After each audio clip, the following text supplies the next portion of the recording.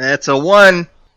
All right, Kyle, the topic that You or Die has chosen for us to discuss today is one introduced in the last episode by Audrey Huggett. It is, how do you create and use monsters when you're prepping or running a game? Oh, this is going to be good. You've entered a world of pain, gentlemen.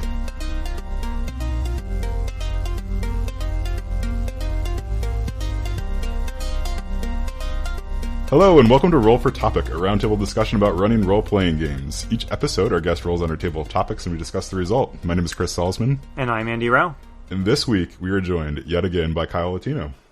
Hi, it's me. This is the sound of my voice. Hey, so glad you can come back on.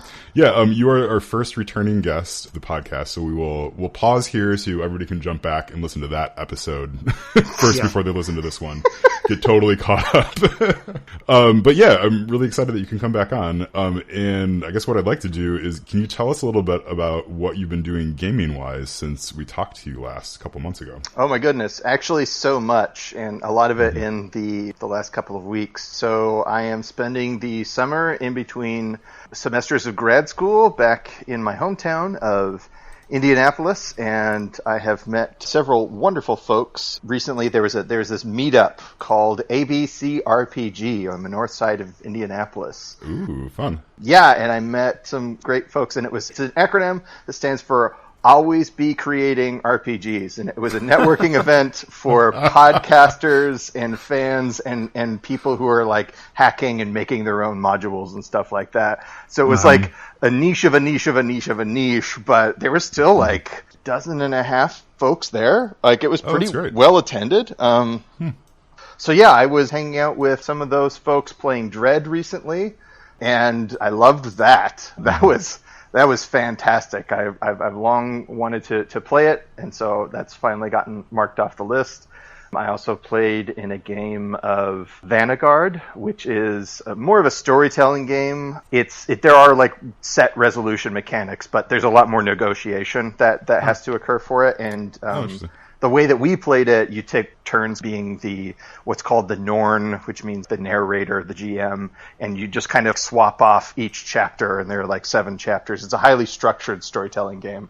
That's a lot of fun, and actually would really be a great entry point for people who are paralyzed by character creation. So yeah, if you just like get a couple of drinks in you and play some Norse mythology stuff and have a good time. Does that one play a campaign, or is it just a single session thing that you sit down? There is campaign play for it. Mm-hmm. I would assume you would want more players for it than what we had for campaign play. So it does a great job. There are advancement mechanics. I think it would actually do really well. Maybe not for like a year-long campaign, but I mean, you could get several months of gaming out of it easily. That's cool. Nice. But the important thing is that it uses a unique term for the game master role. Yes. As you are always creating role-playing games. You can't just say game master. No, you can't. No. I have tried, so in my time, I've been writing a lot of like little RPG things and experiments and stuff. I have tried to lean away from the word master and try to figure out some way to rephrase it as like a player, like Elohist player or a world player or something like that. And that way that kind of like kicks down some of the power differential that exists in so many RPGs.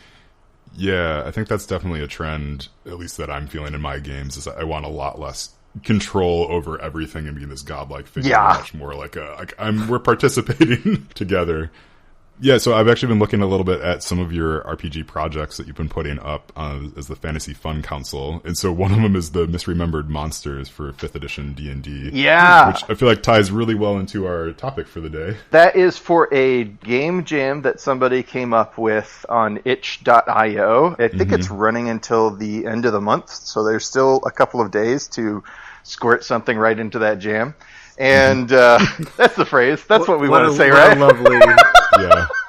phrase. Thank you for You're welcome. You're welcome. Yeah, no, that's a common parlance in Indianapolis. I don't know. Maybe you're just too far north to really get that. Anyways, to do a survey of Indianapolis residents about that one. Yeah, so it's called the Prismatic Corpse Jam. Oh, nice. Yeah, and it is kind of based off of the Exquisite Corpse, not to be confused with my informal jam that I haven't announced anywhere, but have been accepting submissions for. But yeah, it's just like it's already Exquisite Corpse already sounds like it's something right out of D&D. But this fella who's running this, he wants you to rewrite however you remember D&D to be, however you interpret those instructions to be. It's very free form. Like you can do like beat cut up poetry for like goblin stats, or a list of phone numbers for deities or whatever. Like there's all kinds of stuff that you could do.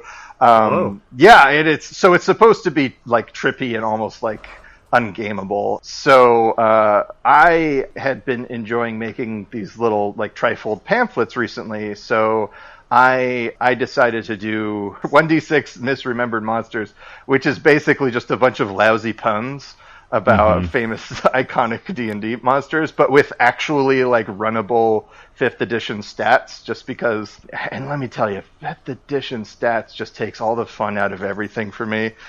So that's the last time I think I'll be doing anything that's like immediately useful for 5th edition game masters. But fine tuning those stats is not fun. Oh, it's just the worst. It's the same reason I don't like playing like Western CRPGs, like like Baldur's Gate or something like that, is because it's like you're building your party at the beginning, you're like, I don't know if this is a good character or not. Like I have no idea of knowing if this is going to work. You have to have so much experience to know what all of those decisions you're making actually means, that it's a high barrier to entry. You know, it's funny you should mention that. Just literally a week ago, I was feeling nostalgic, and I actually fired up Baldur's Gate for the first time in a decade or two. And before I got to the end of character creation, the nostalgia was gone, and I checked out. I don't have the energy. I can't deal with the stress of figuring out like a good build. Am I remembering? You have to create like 4 or 6 characters in Baldur's Gate too, correct? In Baldur's Gate, you just create the one, but there are other. In Icewind Dale, you have to create 4. Yeah. Yeah, that's a beast. I mean, you gotta love what you're doing, because that's like a couple of nights' work, honestly, to create a whole party.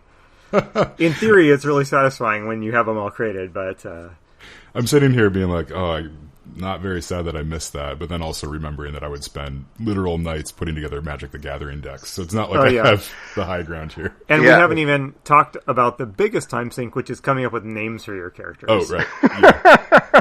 That's why name I like to make like name generator tables in Twine and Google Sheets and stuff like that. So I'm ready to go with all that kind of stuff.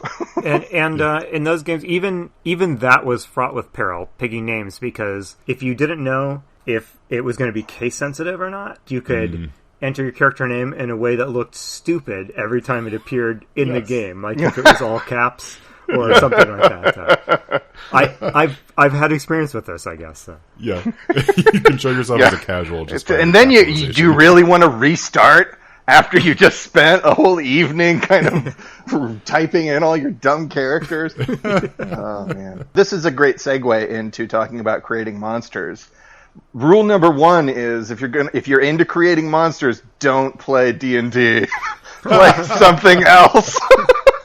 I love the Powered by the Apocalypse stuff. I just ran a game of World of Dungeons, which is like Dungeon World, except there are no specific moves. It is all just plain old resolution mechanic and like very limited kind of functionality for those characters, and it's all fictional positioning and negotiation, which is great because players can just kind of focus on going bonkers, and GMs can focus on thinking of cool stuff, and they don't need to balance the checkbook in order to make a single monster for a single encounter.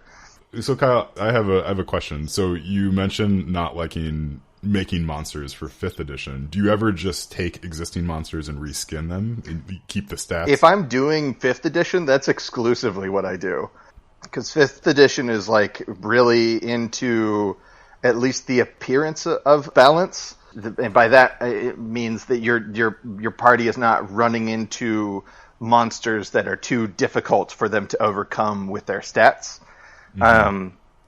And so, if you just kind of homebrew your own monster, you could run into a situation where they're just going to get devoured alive immediately by something with 6 legendary actions, just because you thought like, well, this is a super rare, it's a blue Charizard, so of course it needs 6 legendary actions. That sounds cool to you, but when you're there, it's just like, oops, that's a TPK. Or worse, it's a situation that is solvable, but it just takes a long time. Like that, if it's just a grind, if it's like, if this needs to feel legendary, like it's a big boss monster, you spend all this time doing it, then you give it like 6,000 hit points, and it's like, oh, okay, we're into hour 2 of this one encounter. Sure, I guess it feels epic to the point of boredom, but whatever. So yeah, if I'm running 5th edition, I will always use their monsters, and I'll just give them different names, and I won't refer to them as goblins. I will just kind of describe what I think goblins look like, and then people will be freaked out, because when you don't use that word, the goblins actually sound really, really scary. Yes, they do. What about you, Andy? Oh yeah, like Kyle, I just reskin what's there in the monster manual for the most part. It's pretty rare that there isn't a monster in the monster manual that doesn't cover the role I'm looking for, or isn't at least pretty close to what I'm looking for. I mean, I like to save myself the effort of trying to stat something out from scratch. Doesn't sound fun to me at all. That was an interesting word to use there.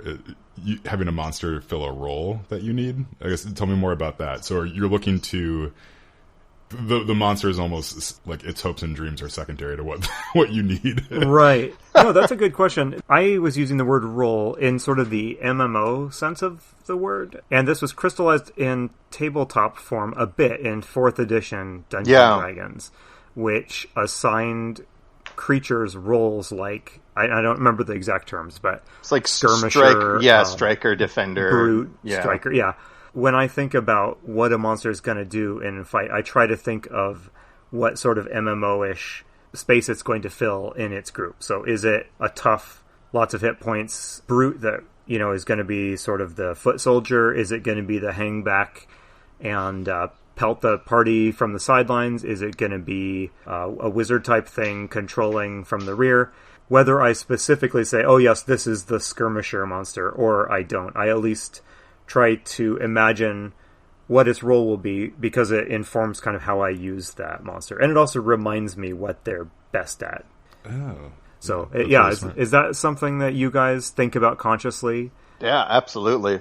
I try to think about what monsters say about the theme of wherever they are, what they're doing to prop up, and what kind of extra story they're adding into it. So, which is to say, like, if you're in a tomb, you have a lot of undead, but what specifically do they look like? What are they wearing? Like, how old have they been there? Or how many religions back does their refinement look like it's been from? Like, that kind of stuff as well. But yeah, tactically is definitely something you want to think about. And I can think of no better example of this than the most recent episode of Critical Role. Can I spoil it, as it's been like a couple of days? I don't know if you have a lot of... It's not going to spoil it to me. I mean, I guess we can do a spoiler alert for people who care. Yeah, okay. I would imagine they've already seen it. I will try to stop talking about this if you haven't watched it. But so they're on this 500-foot bridge, and the bridge is suspended over a giant eldritch gibbering mouther, which, when it whispers at you, it makes you go insane and makes you want to jump into one of its many like fanged mouths.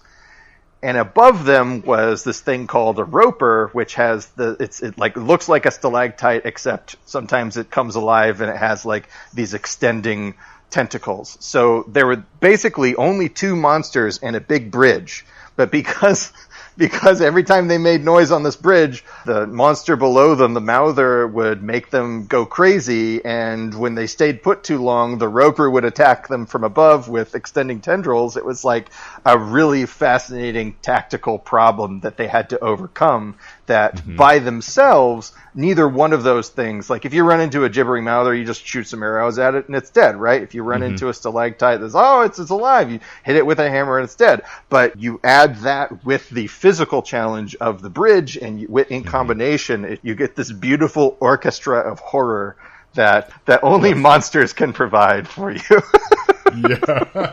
Yeah, and thinking about monsters' role, like what their tactics and general approach to combat are going to be, it helps to avoid a situation that at least I fall into too much, which is I get boring with my monster tactics, and I stop using the monsters to their best tactical advantage, and I start having them just run up and swing weapons at the party, when usually there's something more interesting you can do. So if you have 10 goblins, it pays to split them up into skirmishers, the upfront people, and tweak their stats slightly to make them a little more effective at each of those roles, and a little weaker in the roles that they're not intended to be.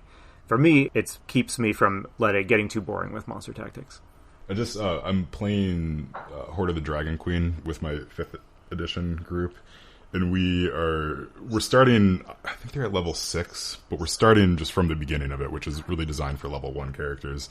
So it opens up with a siege on a city, or a bunch of raiders raiding a city, and you're not supposed to just take on the army because you're pretty low level and that would wipe you out, but they're high enough level that they can kind of take on the army as much as they want. So I've had a really fun session, or really fun past couple of sessions, where they were just taking on 100 something kobolds at a time, because they can group them together and they can do all sorts of cool magic and stuff now. But it was really interesting thinking about it in terms of, okay, so if you have 60 kobolds fighting a group of 6 people, right? What would the kobolds do to break up and form groups and try to do different things, and just it became sort of like a war of attrition, even though they're just sort of this great number. I'm not rolling for them individually at all, just sort of in groups.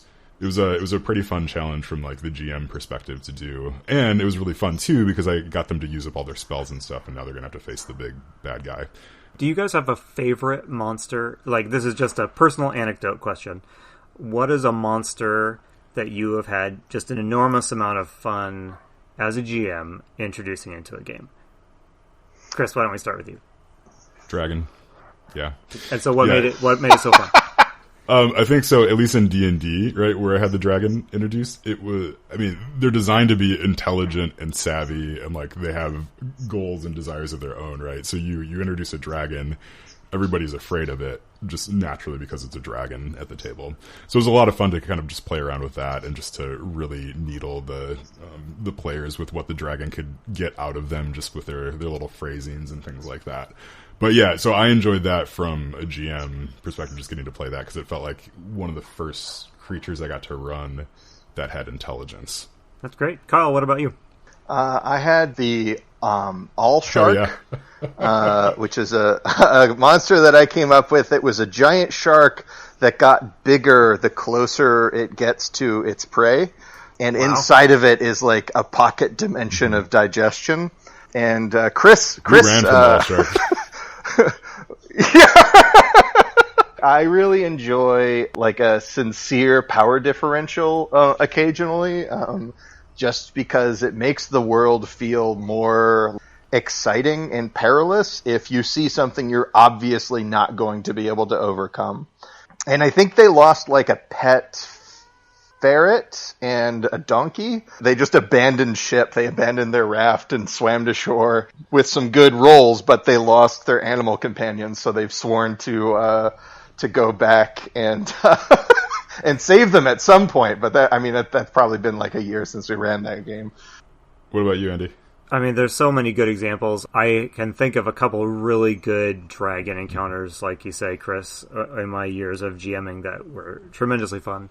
More recently, I had a lot of fun with a creature from the Pathfinder game. It was in one of their early adventure paths. There was one that was sort of Middle Eastern themed, and although I don't think this creature is especially Middle Eastern themed. I don't remember the name of the creature, but it was a wimpy goblin type of thing, and its only trick, its gimmick, is that it was a bad luck creature. It had an aura of bad luck. And the way that manifested rules-wise was that you rolled 2 d20s whenever you tried to do something, and you took the lower result, which we recognize now as the disadvantage mechanic in 5th edition. But at the time, that was a really kind of mind-blowing way to tweak the mechanics we were all really used to. Until that point, we had never used that particular mechanic of rolling a die and taking the better or worse result. But I had more fun with it just playing up the fact that it could kind of sneak around and follow the party and plague them with bad luck in some non-roll ways. That it was just really fun. The party really grew to hate these creatures. And I used them sparingly because that could get tremendously irritating if you overdid it. But it was really fun, and it let me think creatively about how a bad luck monster how that bad luck might manifest. How did it? Yeah, how did it manifest? I'm just curious. Food going bad. They were traveling through the wilderness at the time, so they kept having suspicious bad luck encounters in the wilderness, like with natural features and things like that, that had the effect of wearing down their resources and their hit points and things like that. If I had stuck with it, I would have, if I had had a little bit more time to think about it, I would have tried to introduce some things like having people accidentally say the wrong word or jostle somebody who is in a bad mood. Just maybe try to bring that into the realm of party interactions. But it didn't quite get that far, but there's a lot you could do with it. But even just on the very simple level of this thing is wimpy, but it's just really difficult to kill if you're using any sort of kind of luck-based attempt to kill it, which makes you try to think outside the box a little bit of how do we get these things into a situation where we're not rolling dice to get rid of them. Anyway, I don't want to go on and on about that monster. It was fun. Monster. Yeah, if I was going to redesign that monster, I would say I would give it a very low AC and like maybe 3 hit points. And I would, in a Dungeons & Dragons game, I would say that its power, it doesn't give you disadvantage. It's successes or failures, and failures are successes. So you're constantly rolling to hit it because its AC is so low, but you just can't kill this thing. Oh, I love that. So it just sits there kind of like snickering at you. And yeah, there's another, it also reminds me of like, you can kind of come up with like topsy-turvy ideas. There was one supervillain in Doom Patrol, the Grant Morrison run. I forget the artists on it. Maybe it was Howard Porter, but they were fighting these Dada villains, led by a guy named Mr. Nobody, and one of his underlings had every superpower you hadn't thought of yet. So the way to defeat him was to think of every superpower that he could have until he didn't have anything useful. So like, yeah, imagine like, yeah, you're going up against this, you know that this Omni Dragon has every legendary ability you haven't thought of yet. So you just start shouting like fire breath, acid breath, immortality, you just spend rounds and rounds shouting what you're afraid it might use on you until it can't do anything to you. Stay Puft Marshmallow Man. Yeah, exactly. So like kind of thinking of different, and that kind of goes into the roles, is like using creative and monster design to kind of change the tempo and kind of change the expectations of the game, and to interrupt it instead of it being that's the thing about like a Pathfinder and 5th edition, this idea of the balanced encounter really kind of gets in the way of some interesting work sometimes, because the idea is that it's supposed to be like this perfectly surmountable, it's going to take, you're going to have to use some healing potion afterwards, but it really shouldn't take you much longer than a half hour to overcome, and you want to be able to have 3 such encounters in any given session, and like all that kind of stuff. And that kind of stuff is like, that doesn't sound very exciting to me. Like you want to bamboozle your players. And that's why I like Powered by the Apocalypse so much, is because I can just come up with all the weird ideas I want to, and I know I know it's a surmountable encounter. It's just up to the dice roll. It's like if they roll, their skills are all player facing, so they know what they need to roll. It's if they feel that it's not likely, then they won't do it. Like if you fictionally talk about, there's nothing about this giant all shark that was in Salzman's game that he could have said like, oh, well, let's just throw a fireball at it and see what happens. It's like, yeah, you can roll for that. And, there's nothing in the rules that say that wouldn't be effective, or, there isn't a whole like half a page of stats telling you exactly how this thing can't be defeated in certain ways or whatever. But they felt like it was dangerous, and so they ran, and it became more dangerous in their minds as a result. And that's where role-playing games live and breathe for me, is like when everybody is so invested that they start making decisions that feel right, as opposed to what they're like, there's a big book of these monsters and it's probably not higher than our critical level, so we should be able to overcome it's interesting right? You say that, because I'm thinking to the dragon encounter that I was talking about earlier, and statistically they could have beaten it, right? Like it was well within the realm of them rolling correctly, and they could have beaten it. But because at the table they had decided that this was a big threat and they needed to be careful and all these things, then it became much more real and much more, ferocious and stuff in their mind. And that was just a very fun role-playing moment. Because I haven't really thought too much about, using monsters in a more, narrative or an emotional way, which it seems like both of you are talking about a little bit more. But I like that idea quite a bit, and just leaning on that even. I have a different question for you guys. What would you say, what are some things that you do when you're preparing a game and you've got a couple of monster encounters or a monster-infested area that is kind of boring? It's full of, kind of stock monsters. And let's say that they need to be there, so there needs to be, a fort of goblins with a bunch of rooms in which you basically just run into goblins. What are some things that you do to make that more interesting than, here's 10 more goblins? Well, so Sid Meier is famous for coining the phrase that a game is a series of interesting decisions.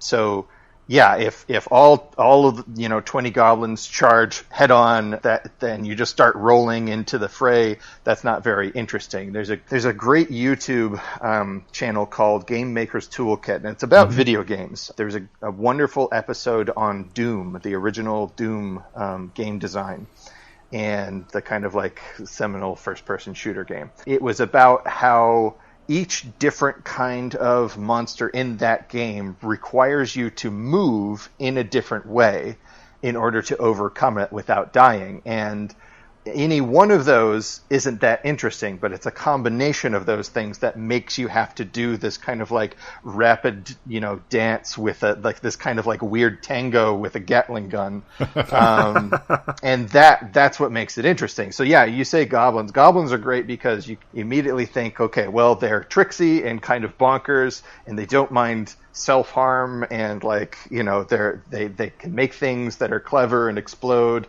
and it doesn't bother them. That's kind of par for the course for them. They're nutty and they're into it. So yeah, you can have crazy traps, you can have trapdoors. So you have your goblins kind of behind a barricade, shooting crossbows at one end, so you get your frontline fighters to, the party sends their barbarian and paladin and everything up to the front, while the wizards and ranged fighters are back there. And then trapdoors open up, and suddenly you have a gang of monsters at your rear, and it's a pincer maneuver, and then the shaman shows up. So those are the kinds of revelations that you can do. You can make even low level monsters if you just figure out a way to get the party moving and committing to decisions that seem good at the time.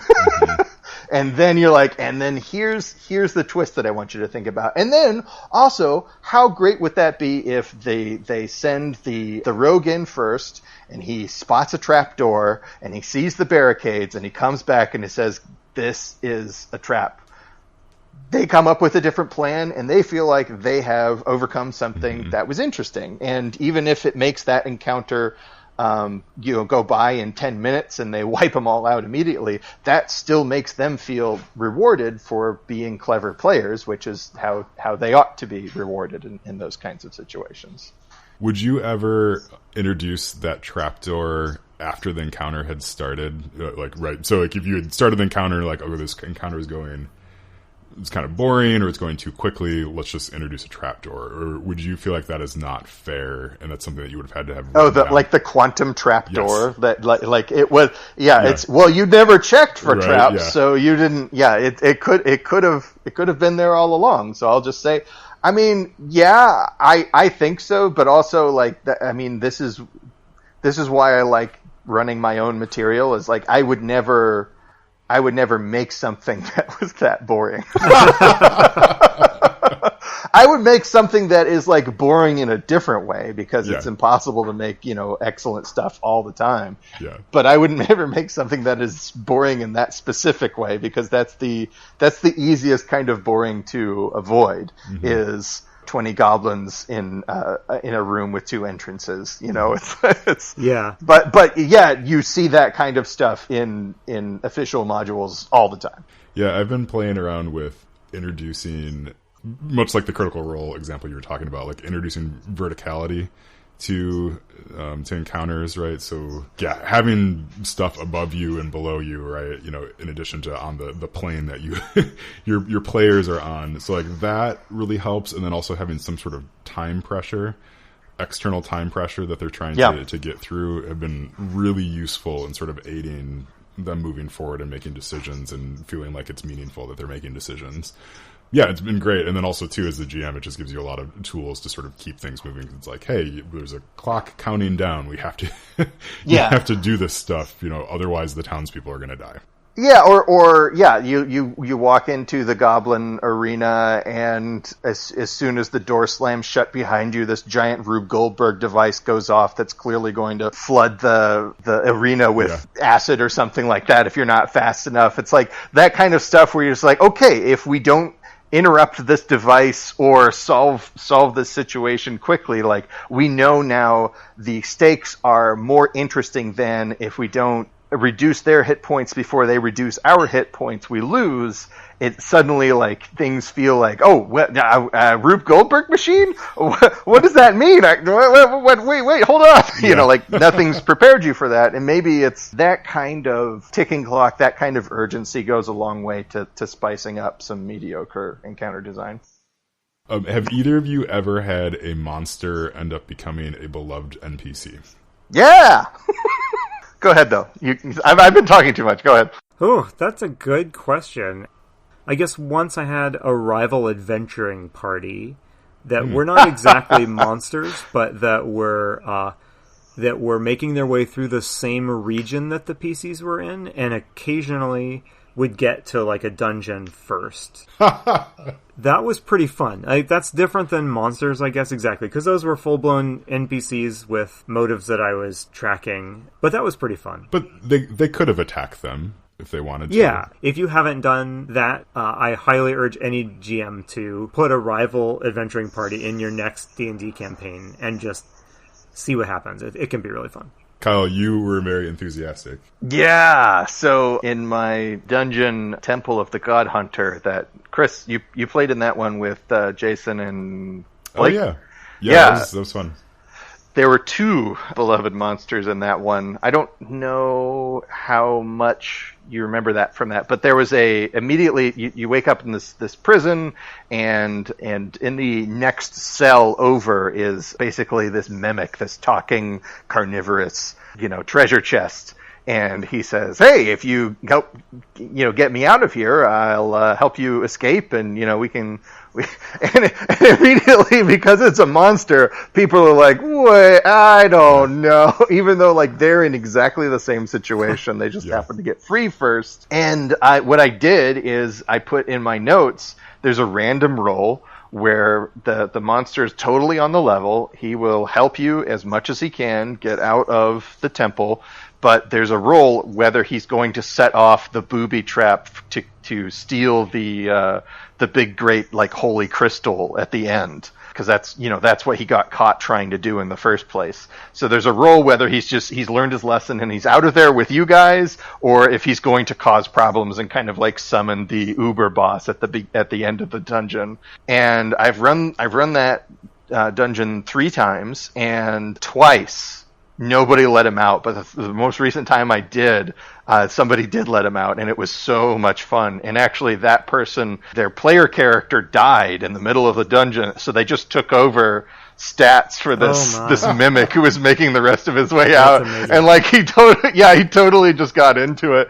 And so that was wonderful. He ended up becoming like the protagonist of the story, which is fascinating. And he did and in the end, when tempted with an obvious booby-trapped jewel, he totally went to it because he was playing to character. And so that was fascinating. And in that same dungeon, there's a kitchen area where there's this lone cultist page who's stirring a cauldron of porridge to serve to the people in the commissary next door. And every time somebody busts in on this poor page, they just like, they don't want to murder him because he just has a wooden spoon. Yeah. And he's not like, he's always surprised. So that's another situation where like the power differential is like, yes, okay, this guy's part of like a spider cult who kidnapped you and wanted to feed you to their god and like all that kind of stuff. Yada, yada, yada, yada. But he's so cute. He's just sitting there. Yeah. So like in the one game, like somebody tried to like romance him, and like it was a player who was playing a talking like telepathic horse, and it came down to the roll, but he decided he was too devoted to his cult to leave, and he stayed behind and got crushed by the kind of like Metroid-esque self-destruct thing at the end when the whole place crumbled down on him. He died doing what he loved. Yeah, stirring porridge. I mean, people still like that was like about a year ago, and people would continually bring up the porridge intern in conversation. Oh, that poor porridge intern. How about you, Chris? You know, I had one goblin who, after questioning, we'll call it questioning, after the party questioned the goblin, it, limped away, and they took pity on it, and it popped up a couple other times. It was quite fun. But I think anytime you end up giving a monster a name, I think it gives the players an opportunity to fall in love with it. So it's something that I'm experimenting a little bit more with. I think I want to get away from monsters that don't necessarily have backstories, if that makes sense. I mean, I think there's still a need to have sort of that. I mean, if you're playing a combat-focused game, you're always going to need to have monsters that are just monsters because they're monsters. But then you also, like, if you can introduce some of those, like, well, this could go either way depending on what you want to do with the game, having a couple more of those involved.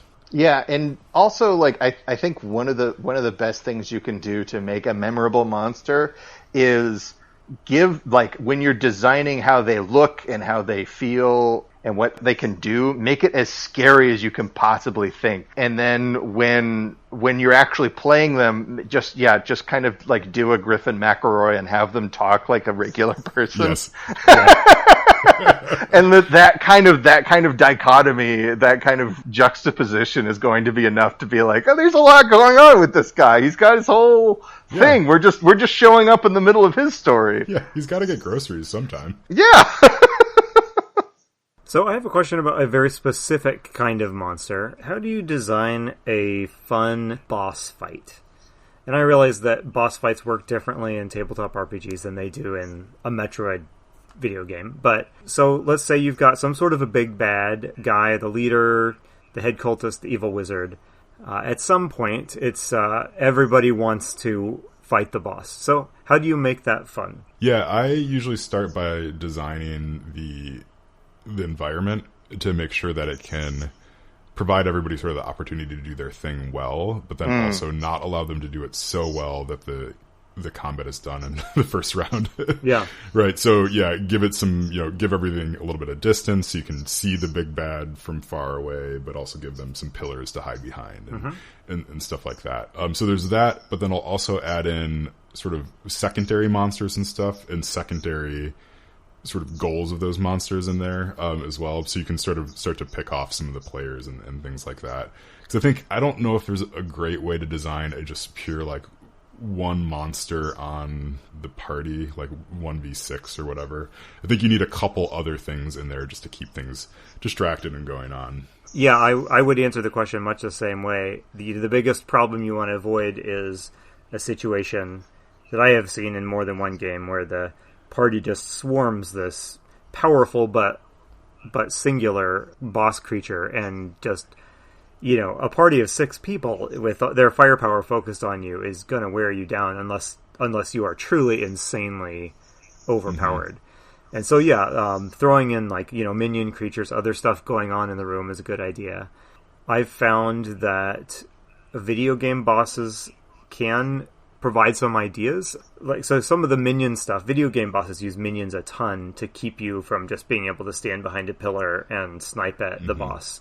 So they'll flood the arena with creatures that designed to, you know, pull away your attention or make you move, or or environmental stuff that makes it impossible to stand still and exploit a single tactic or strategy. There's also something on 4th edition kind of codified this a little bit, but it's a common video game thing, is to have a creature's tactics and sometimes powers change based on how hurt they are. So video games often have like a boss that when it gets down to half health, it kind of maybe it shifts tactics, or it pulls out the big guns, you know, that it was holding in reserve or something like that. This isn't even my final form. Yeah, exactly. I mean, you don't want it to be quite as, you know, cheesily blatant as it is in a video game where you've killed this boss, now it turns into the real boss, you know. But a cutscene plays. But there is logic to the, like, well, this isn't working. I guess I'm going to have to use those powerful spells I was holding in reserve. Or Kyle, how would you answer that? I think making the boss kind of a problem in a room of pain is kind of the way to do it. That's a great way to say what Chris and I just spent a couple minutes. Yeah. I mean, you just gotta, like, you know, it's not just a giant spider. It's a giant spider in a courtyard that has been transported into the yawning abyss of ether, and there are also galleons shooting harpoons and more like spider soldiers, you know, trundling down those harpoon chains. Like, you know, it's like it is a ton of problems. And also I would say, number one, like, if you want a boss fight, that boss fight needs to be capable of killing them. Don't make a boss fight where you're like, oh yeah, I know how they get out of this. You know, make that is the player's opportunity. That is the player's. That's their game, is to figure out how to solve your problems that you throw at them. You're not like, and that's something you can't do with a video game boss. Like, a video game boss has to be like programmed to be beaten in a specific way with a cool quick time event or something, right?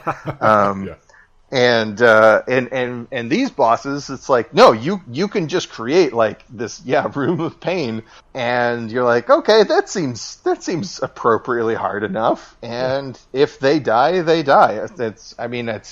I haven't done a lot of campaign play, as you might be able to tell. Maybe there's a reason for that. But it's like, you know, especially if you're running a one-shot, like, make the boss just, like, apocalyptically, like, difficult. And, like, don't worry about it. But also, you know, maybe think about just like there should be some other goal to achieve. That does not necessitate you, like, going and murdering some kind of, like, giant ugly animal. Like, you know, you could do other things in dungeons besides just fight bosses. But if you're going to fight a boss, make it hella tough. You know, that a thing I picked up from historical war games like the hex grid and cardboard counter type is how dull it can be to have just a straight up fight where each side's goal is just to defeat the other side.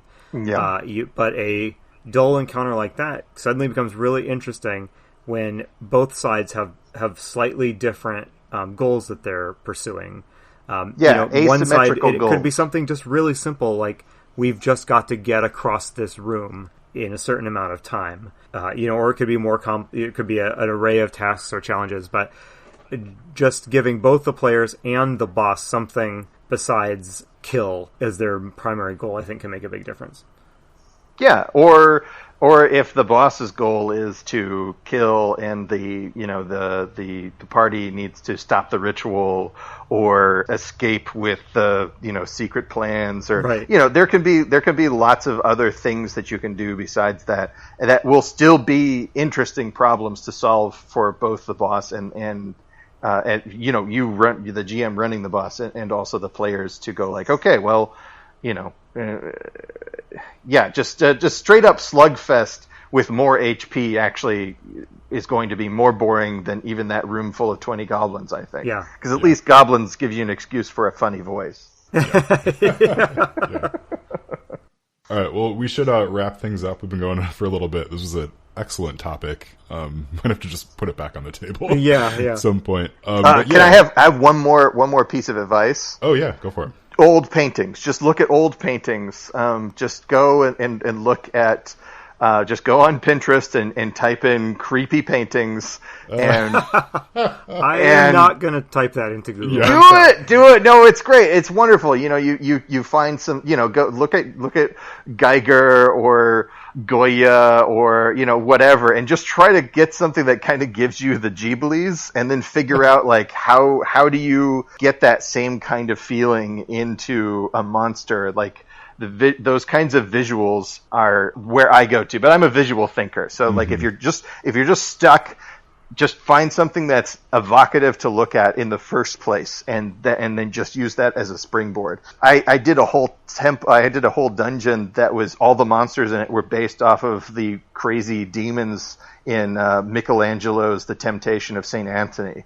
And that was just the whole gag. It was just like, it was all of those people, all those monsters from the painting in this thing. And I was thinking about what kind of powers they would have and all that kind of stuff. And it was really easy and a quick way to just fill a dungeon with a bunch of unique monsters. So that's great. You're also not getting me in a museum. This is a trap. We need to go. Yeah.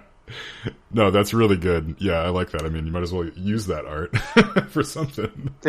Most of it's in the public domain. Yeah. So it belongs to you already, so you may as well put it to work. Yes. Yeah. That's good. All right. Well, before we totally sign off, Kyle, do you have anything that you want to plug in, specifically plug? Yeah. If you want to see what kind of crazy stuff I have up on Fantasy Fun Council, which is where I'm putting my new RPG stuff, just go to fantasyfuncouncil.itch.io, and it's all for free. My favorite thing that I put up most recently was 1d6 wandering food cart table. So not just monsters show up in the wilderness. Now you also get restaurants, Nice. and it's a great chance to role play. And each of those things, instead of stats, they have a complete menu that goes thematically with whatever that is. So there's like a banh mi cart, there's a fried chicken cart, there's a donuts and bagel shop. There's a barbecue place run by a bugbear. I mean, it's all good, and all the food is delicious and like based on stuff I've actually had and would totally eat and love to talk about if I was running a game with people with it. So yeah. Great. That's great. great. We'll get a link to that in the show notes. And we should be sure before we close out to just say thank you to our listeners. And we really value your feedback and your comments. And if you wish to get in touch with us, you can find us at gmdiscussions.com. Stop by and drop us a note. We'd like to hear what you like and what you don't. Mm-hmm. One other thing, we need to replace the topic that you rolled, Kyle. I don't know if you have anything that you think would be a good addition to it. I think if you get one on there, you'll have two topics on the table that still need to be rolled. So do you have anything in mind? Yeah. Running romance and shopping scenes. That's, I guess, and or. There's probably a Venn diagram, right? So this is not running romantic shopping necessarily. Now that you... How do you run a romance scene? I love my relatives. Yeah. Yeah. Okay, that's good. Yeah, we will add that to the top or the table of topics. All right. Well, Kyle, thank you so much for coming on. We really appreciate it. Yeah, and thank you for joining us, yes, for the second time. It's been great. This has been Roll for Topic. I've been Chris Salzman. I've been Andy Rao. Remember, if your players are having fun, you're a great GM.